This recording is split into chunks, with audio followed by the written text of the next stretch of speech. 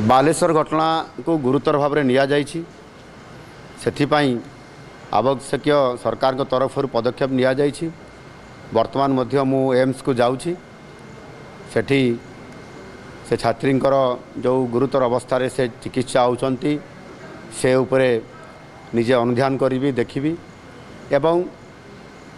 कौ कारण ये सब परिस्थिति हैला ता उपरे तदंत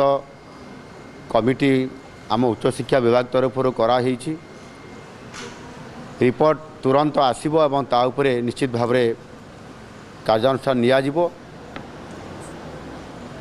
आगामी दिन में मध्य ये जो घटना घटी ताहा उपरे सरकार तीक्ष्ण नजर रहिबो जे भविष्य में विभिन्न कॉलेज मानकरे प्रतिष्ठान मानकरे टेक्निकल कॉलेज हो किंबा जनरल कॉलेज हो जोटी तो साधारण भाव में कौटी रैगिंग हुए कौटी सेक्सुअल हारासमेंट करा जाए ये प्रकार जो घटना घटुची ताहा उपरे स्वतंत्र भाव में सरकार गुरुत्वपूर्ण या एक प्रसंग हिसाब से नहीं आगामी दिन में ये घटना केमती न घटिबो ताहा उपरे मध्य स्वतंत्र भाव में उच्च स्तरीय या उपरे तदंत करी आगुआ पदक्षेप केमती निया जाई पारिबो सेति पाई सबु कॉलेज उपरे फोकस करा जाई पारिबो।